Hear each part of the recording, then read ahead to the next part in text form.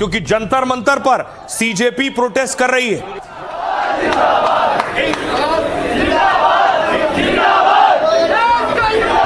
जो लोग यहां नहीं आएंगे वो अपने अपने डिस्ट्रिक्ट में एक जंतर मंतर बना लें।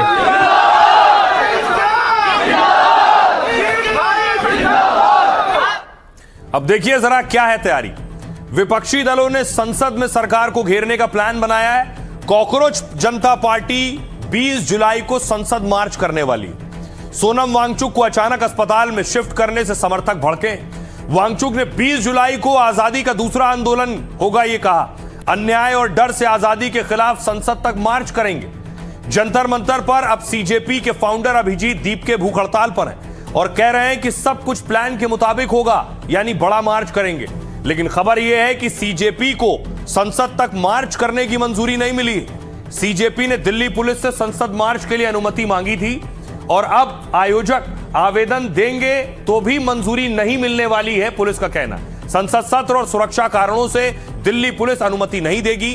जंतर मंतर से संसद भवन की दूरी 1 किलोमीटर से भी कम है। ऐसे में जंतर मंतर से संसद मार्ग तक भारी पुलिस बल तैनात रहने वाला है। कनॉट प्लेस से लेकर इंडिया गेट तक सीसीटीवी, ड्रोन कैमरों से निगरानी हो रही है। दिल्ली में बाहर से आने वालों की कड़ी जांच पड़ताल की जा रही है और पूरा इंतजाम किया जा रहा है कि संसद तक कोई मार्च ना हो। सीजेपी कार्यकर्ता जबरन मार्च निकालने की कोशिश करेंगे तो गिरफ्तारी होगी। मतलब सीजेपी के मार्च को लेकर संसद सत्र में बवाल हो सकता है। सुनिए जरा, पुलिस साफ कर चुकी है, हमने कोई इजाजत नहीं दी है। पुलिस क्या कह रही है? कोई ऐसी एप्लीकेशन इस परमिशन रिलेटेड, प्रपोज्ड मार्च रिलेटेड दिल्ली पुलिस को नहीं मिली है, ना ही कोई भी परमिशन ऐसी दी गई है। ये बताना ज़रूरी है कि पूरी नई दिल्ली ज़िले में धारा 163 भारतीय नागरिक सुरक्षा संहिता की लागू है, जिसके तहत 5 या 5 से ज़्यादा लोगों का इकट्ठा होना, कोई प्रोटेस्ट मार्च, कोई प्रोसेशन और इस टाइप की चीज़ें यहाँ पे अलाउड नहीं है, एक्सेप्ट फॉर जो डेजिग्नेटेड प्रोटेस्ट साइट है जंतर मंतर, वो भी परमिशन के साथ। कुछ बीजेपी में जो लोग हैं वो भी इस रवैये से खुश नहीं है। मैं तो बार बार इसलिए कल भी मैं अपील करके आया हूँ कि अनशन तोड़ो, अलग रास्ता अख्तियार करो, क्योंकि अनशन तब काम करता है ना जब सत्ता के अंदर संवेदना थोड़ी भी हो। यहाँ तो 10 ml संवेदना भी नहीं है। सोनम वांगचुक जी, उनकी सेहत, उनकी तबीयत हम सब के लिए बहुत मायने रखती है, वो बहुत महत्वपूर्ण है हम सब के लिए।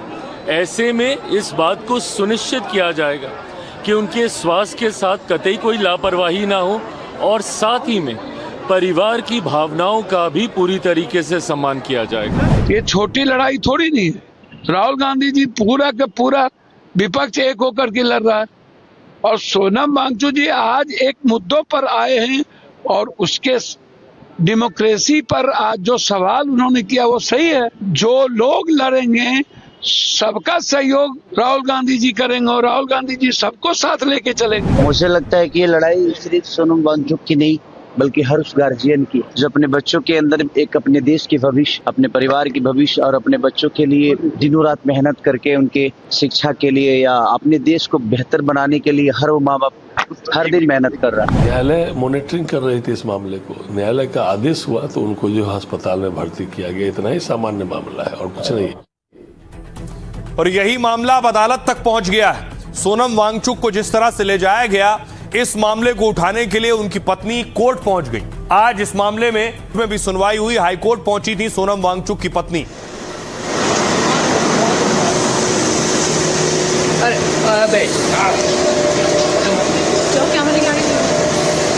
अब देखिए जरा हाई कोर्ट में क्या हुआ।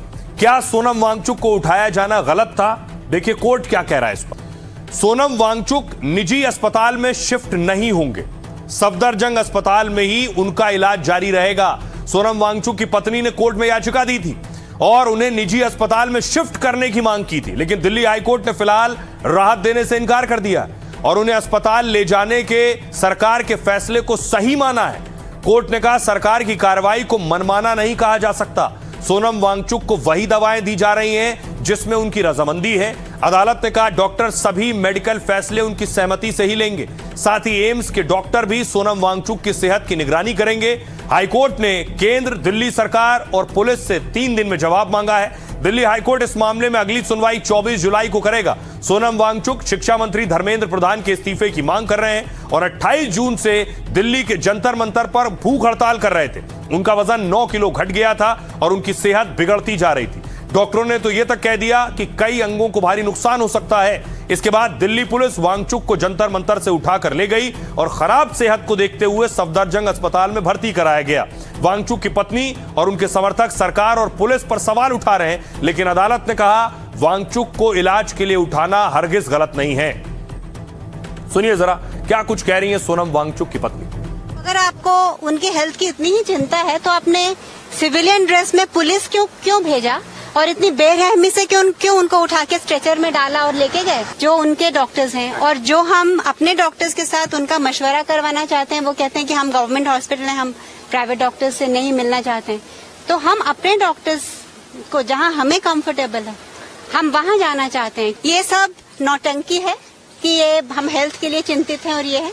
उनको बस डर था कि अगर कल मार्च में सोनम निकल पड़े तो लाखों साथ में जुट जाएंगे। हमारी तरफ से उनका ट्रीटमेंट चल रहा है, पर चूंकि वो कमजोर हैं और अभी भी उपवास पे हैं तो उनको लगातार मॉनिटरिंग और जांचों की जरूरत हो रही है।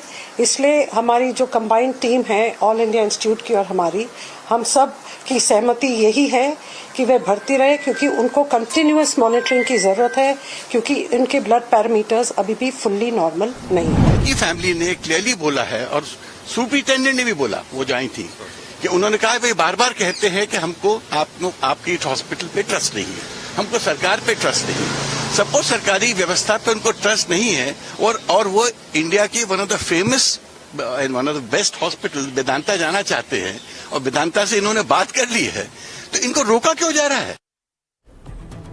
भाई अब बताऊं कि बवाल की एक और वजह हो सकती है। बवाल की एक और वजह क्या हो सकती है संसद में, वो है अयोध्या।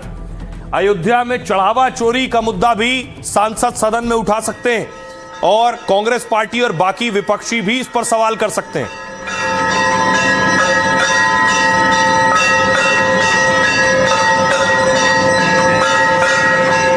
राहुल गांधी ने बाकायदा इसके लिए चिट्ठी लिख दी है। सोचिए, ठीक संसद सत्र शुरू होने से पहले चिट्ठी लिखी है राहुल गांधी और मल्लिकार्जुन खड़गे की। चिट्ठी प्रधानमंत्री नरेंद्र मोदी को है। तो संसद में यह मुद्दा उठ सकता है। दूसरी तरफ अयोध्या में चढ़ावा चोरी पर प्रायश्चित हवन पूजन हो रहा है, पिछले कई दिनों से, लगभग 10 दिन चलने वाला है।